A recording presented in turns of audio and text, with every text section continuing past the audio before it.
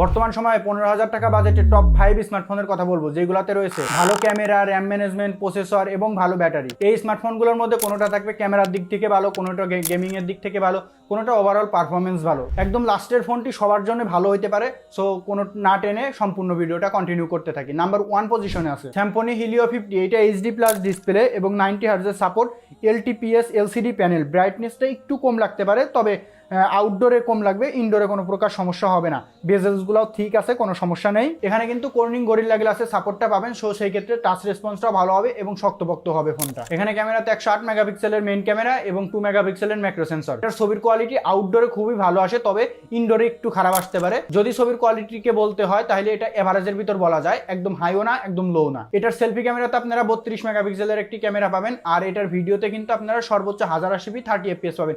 এই রেঞ্জের যত ফোন আছে সবগুলোতেই এইরকমই রেঞ্জ পাবেন, যে 30 fps পর্যন্ত। এখানে প্রসেসর হিসেবে পাবেন মিডিয়াটেকের হিলিও G88। এটা কিন্তু 12 ন্যানোমিটারে তৈরি। এটার পারফরমেন্স একদম খারাপ না, তবে গেমিং খেলার সময় একটু লো গ্রাফিক্সে গেম খেলতে হবে। এটা 2D গেমগুলো ভালো মতোই হ্যান্ডেল করতে পারে। তবে আপনারা যদি ক্যামেরার জন্য নিতে চান এটা ভালো হতে পারে, কারণ এখানে কিন্তু ব্যাটারিটাও বড়, 5000 mAh এর একটি ব্যাটারি এবং 33 ওয়াটের ফাস্ট চার্জার রয়েছে। এই কারণে চার্জ দিতেও বেশি সময় লাগে না। এটার প্রাইস পড়বে 6128 এর ক্ষেত্রে 14,000, মানে 14,500 টাকার মতো। এটা ব্যাটারি ব্যাকআপটাও কিন্তু ভালো, একদিনের মতো একটা সাপোর্ট আপনারা সম্পূর্ণই পাবেন। সো যারা ক্যামেরার জন্য নিতে চাচ্ছেন তাদের জন্য এটা ভালো হতে পারে, তবে গেমিংয়ের জন্য এটা নিয়েন না, কারণ 15,000 টাকার নিচে গেমিংয়ের জন্য নিয়েন না, একটু বাড়াইতে হবে। সেজন্য আমি লাস্ট পয়েন্টটা রেখে দিয়েছি আপনাদের জন্য। এরপরে নাম্বার 2 টেকনো স্পার্ক 30C। এটার ডিসপ্লেতে 120 হার্জের সাপোর্ট পাবেন এবং এটা কিন্তু IPS LCD প্যানেল। এটা টাচ রেসপন্সও ভালো, তবে এটা কিন্তু অনেক শক্তপোক্ত একটা ফোন। যাদের একটু হেভি ফোন দরকার, যে হাত থেকে পড়ে যায় বা বাচ্চারা ঘরের ভিতর ফেলায় দেয়, তাদের জন্য এই ফোনটা আমি বলবো ভালো হইতে পারে, কারণ এটার ডিসপ্লের প্রোটেকশনও অনেক ভালো। এমনকি এটাতে IP রেটিং 54 এর সাপোর্ট আছে, আপনারা পানি লাগলেও তেমন কোনো সমস্যা হবে না। এটার মেইন ক্যামেরাতে আছে 50 মেগাপিক্সেলের একটি ক্যামেরা, আর মেইন ক্যামেরাতে আছে 8 মেগাপিক্সেলের ক্যামেরা। তো এটা দিয়ে আপনারা ভিডিও করতে পারবেন 1080p 30 fps পর্যন্ত সর্বোচ্চ। এটার ছবির কোয়ালিটিগুলো কিন্তু মোটামুটি ভালোই, তবে একদম হাই লেভেলের, মানে আমি এর আগের ফোনটা যেটা বলছি ওইটার চেয়ে একটু খারাপ হইতে পারে। তবে এভারেজের ভিতর যদি কেউ ডিসপ্লে প্লাস প্রোটেকশন প্লাস মনে করেন যে হেভি একটা ফোন চাচ্ছেন, হাত থেকে পড়ে এগুলো সমস্যা হবে না, তাদের জন্য এটা ভালো হবে। এটার প্রসেসর হিসেবে আছে মিডিয়াটেকের হিলিও G81। এটার পারফরমেন্স কিন্তু অতটাও ভালো না গেমিং এর ক্ষেত্রে, অন্যান্য ক্ষেত্রে মোটামুটি ঠিক আছে। এটার আন্তত স্কোরে এসেছে 2,58,000 বা 60-এর মতো। আর এটা কিন্তু 12 ন্যানোমিটারে তৈরি। এটাতে 5000 mAh এর একটি ব্যাটারি এবং 18 ওয়াটের চার্জার রয়েছে। এই চার্জার দিয়ে চার্জ করতে একটু টাইম লাগবে, এই 2 ঘন্টা প্লাস এর মতো টাইম লাগবে।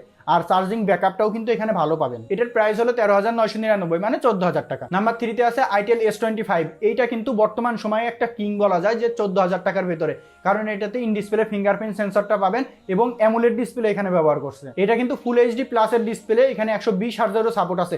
এটার ডিসপ্লে থেকে কোনো প্রকার কমতি থাকার কথা না, তবে টাচ রেসপন্সটা, মানে টাচ রেসপন্স, সরি আমি ভুল বলছি, এখানে ফিঙ্গারপ্রিন্ট সেন্সর যেটা ওইটা একটু স্লো কাজ করে। এটার ক্যামেরা হলো 50 মেগাপিক্সেলের একটি ক্যামেরা এবং সেলফি ক্যামেরাতে 32 মেগাপিক্সেল। এটার ছবির কোয়ালিটি কিন্তু ভালো, কারণ এই রেঞ্জে যত ফোন আছে সেইগুলোর তুলনায় ভালো। আমি একদম খারাপ বলতেছি না, কারণ এই রেঞ্জে যে ফোনগুলো আছে ওইগুলোর ছবির কোয়ালিটি এটার সাথে যদি টক্কর দেন ক্যামেরা টেস্টে এটা আগায় থাকবে। এখানে প্রসেসর হিসেবে ব্যবহার করছে ইউনিসকের T620 প্রসেসরটি। এটা কিন্তু আইটেল S25 আলট্রাতেও ব্যবহার করছিল।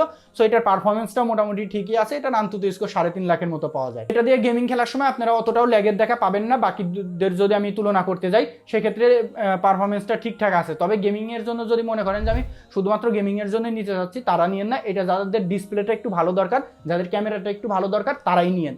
যদি গেমকে বেশি প্রায়োরিটি দিতে চান সেক্ষেত্রে নিয়ে না, তবে টুকটাক খেলার জন্য ঠিকঠাক আছে, সমস্যা নেই। আর 5000 mAh এর ব্যাটারি এবং 18 ওয়াটের ফাস্ট চার্জার রয়েছে, যেটা দিয়ে চার্জ হইতে 2 ঘন্টার মতো সময় লাগবে, কারণ 18 ওয়াটের চার্জার দিলে এরকমই সময় লাগে। যদি 33 ওয়াট দিত সেক্ষেত্রে ঠিকঠাক ছিল। তবে 14,000 টাকা বাজেটের একটা ফোন কেনার সময় এত কিছু দিয়েছে, কমতি 2-1টা থাকতে পারে, সেগুলো আমরা ধরবো না। এটার 6128 এর প্রাইস পড়বে 14,000 টাকা। আমি কিন্তু সবই 15,000 টাকার ভিতরেই বলতেছি, 1-2টা হইতে পারে যেগুলো 15,000 থেকে একটু বেশি। এখন যাদের বাজেট 12 থেকে 13,000 এর আশেপাশে, তারা কি করবে? তাদের জন্য একটা আছে স্যামসং ইনোভা 30, যেটা কিন্তু 8/128 ভ্যারিয়েন্টটা আপনারা নেবেন। আমি প্রথমেই একটু আপনাদের সতর্ক করে দেই, 8/128 নিলে সেই ক্ষেত্রে র্যাম ম্যানেজমেন্টটা ভালো পাবেন। এখানে 90 হার্জের সাপোর্ট পাবেন এবং এটার ইউআইটা কিন্তু ঠিক আছে, একদম স্মুথ কাজ করে। এটাতে কিন্তু IPS LCD প্যানেলটা আপনারা পেয়ে যাবেন এবং ব্রাইটনেসটা একটু কম লাগতে পারে। তবে 12,000 টাকার আশেপাশে যেই ফোনগুলো আছে সেইগুলোতেও এইরকমই সেম। আমি কম বলে আপনাদেরকে হতাশ করতে চাচ্ছি না। এখানে মেইন ক্যামেরা 108 মেগাপিক্সেলের এবং 2 মেগাপিক্সেলের একটা সেন্সর রয়েছে। এটাতে কিন্তু একটা AIO লেন্স আছে, সেইটা কিন্তু তেমন তেমন কোনো কাজ করে না। তবে ক্যামেরার কোয়ালিটি যদি বলতে যাই সেক্ষেত্রে ভালোই, আউটডোরে মানে লাইটিং কন্ডিশনে ভালো, তবে নাইট মোডে একটু খারাপ দেয় এবং শ্যাডো এরিয়াতেও খারাপ দেয়। তবে লাইটিং মোডে যদি আপনারা ভালো ছবি তুলতে পারেন, লাইটটা প্রপার থাকে, সেই ক্ষেত্রে ছবির আউটপুটটাও ভালো পাবেন। এটাতে প্রসেসর হিসেবে ব্যবহার করছে T616। এটার আন্তত স্কোরটা হলো 2,96,000 বা 3 লাখের মতো। 3 লাখ পারও হবে না, 3 লাখের একটু নিচে থাকবে। এটার গেমিং পারফরমেন্সও টুকটাক ঠিকঠাক বলা যায়, একদম বেশি হাই তাও না, তবে একদম লো না, একদম মিডিয়ামের ভিতর যারা নিতে যাচ্ছেন আমি মনে করি এটা ভালোই হবে। কারণ এটার প্রাইসটা হলো 12,500 টাকার মতো, 8/128। এটা র্যাম ম্যানেজমেন্ট ভালো হওয়ার কারণে 3-4টা অ্যাপস নিয়েও আপনারা কাজ করতে পারবেন, সমস্যা তেমন হবে না। এবার আসি নাম্বার 5 পয়েন্টে, যেটার প্রাইসটা একটু বাড়বে, যে 16 থেকে 17,000-এর ভিতরে পাবেন। OnePlus Nord N30 AC। এটার ডিসপ্লে 6.72 ইঞ্চি, 90 হার্জের সাপোর্ট, IPS LCD প্যানেল, এবং এটার স্পিকারটা হলো ভালো সাইড। আমি সব পয়েন্টস নিয়ে কথা বলবো না, এখানে যেগুলো আমাদের ভালো আর যেগুলো মেজর পয়েন্ট সেগুলো নিয়েই কথা বলতেছি। এটার স্পিকারটা ভালো, আপনি সাউন্ড শুনলেই বুঝতে পারবেন। এটার ডিজাইন নিয়েও আমি তেমন কিছু বলবো না, কারণ ডিজাইনটা জোস, আমার কাছে ভালোই লেগেছে। এখানে প্রসেসর হিসেবে ব্যবহার করছে MediaTek Dimensity 6020। এটা কিন্তু 5G সাপোর্টেড, সো এটাতে গেমিং পারফরমেন্সটাও ভালো পাবেন। এখানে PUBG, Asphalt 9, ফ্রি ফায়ার সবকিছুই খেলতে পারবেন। জাইরোটাও কিন্তু প্রপার কাজ করে। এইটাই আমি বলবো গেমিং এর জন্য যারা নিতে যাচ্ছেন এই বাজেট রেঞ্জে 15,000 টাকা, আমি বলবো আর একটু বাড়ান, যে 16,000, 16,500 টাকা বা 17,000-এর ভিতরে পেয়ে যাবেন। এইটা নেন, তাইলে আপনাদের জন্য ভালো হবে এবং একটা ভিডিও দেখার পরে আপনি এখান থেকে কোনো একটা বেনিফিট নিয়ে যেতে পারবেন। এখানে ক্যামেরাতে 50 মেগাপিক্সেলের মেইন ক্যামেরা এবং 2 মেগাপিক্সেলের ডেপথ সেন্সর রয়েছে। এটা সেলফি ক্যামেরাতে 8 মেগাপিক্সেলের একটা ক্যামেরা রয়েছে। এটার ভিডিও কিন্তু 1080p 30 fps পর্যন্ত করতে পারবেন। এখানে ছবির কোয়ালিটিও মোটামুটি ঠিকঠাকই বলা যায়, ভালোই। তবে পোর্ট্রেটে ন্যাচারাল লুকটা বেশি রাখার ট্রাই করে, একদম কালার বুস্ট করে তা কিন্তু না। এটার ছবির কোয়ালিটি আমি বলবো বেস্ট। এটাতে আর একটা ভালো জায়গা আছে যে 5000 mAh এর ব্যাটারি এবং 33 ওয়াটের ফাস্ট চার্জার রয়েছে। এটা কিন্তু ভালো একটা পয়েন্ট, যে 33 ওয়াটের চার্জার দিলে কি হয়, 1 ঘন্টার ভিতর ফুল চার্জ হয়ে যায়। আর এখানে খারাপ দিক কি কিছুই নাই, আছে। এই ফোনটার সবথেকে খারাপ দিক হলো র্যাম। এইটাতে 8GB র্যামের তো দেয়ই নেই, 6GBও দেয় নাই, 4GB র্যাম দিয়েছে। এইটা একটা খারাপ পয়েন্ট, কারণ র্যাম ম্যানেজমেন্ট ভালো না হলে 3-4টা অ্যাপস একসাথে নিয়ে কাজ করা যায় না।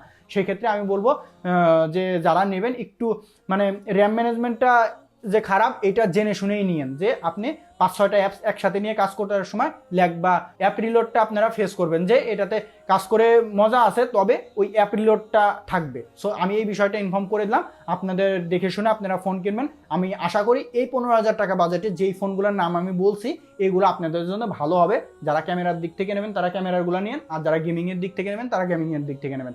যদি আমাকে বলেন যে ভাইয়া প্রপার সাজানো গোছানো প্যাকেজ কোনটা, যেটাতে আমি সব কিছু একটু ভালো করতে পারবো, আমি বলি Itel S25টা নেন। এটা নতুন আসছে, এটাতে পারফরমেন্সটাও হয়তোবা নতুনের কারণে একটু ভালো পাওয়া যাবে, এটাতে আপডেটও আপনারা ভালো পাবেন। সো সেই ক্ষেত্রে আপনাদের ডিসিশন, আপনারা বুঝে শুনে নিয়েন। দেখা হবে আমাদের আর একটা ভিডিওতে, ততক্ষণ পর্যন্ত আল্লাহ হাফেজ। আর ভিডিওটা কেমন লাগছে সেটা আমাদের কমেন্ট করে জানাতে পারেন।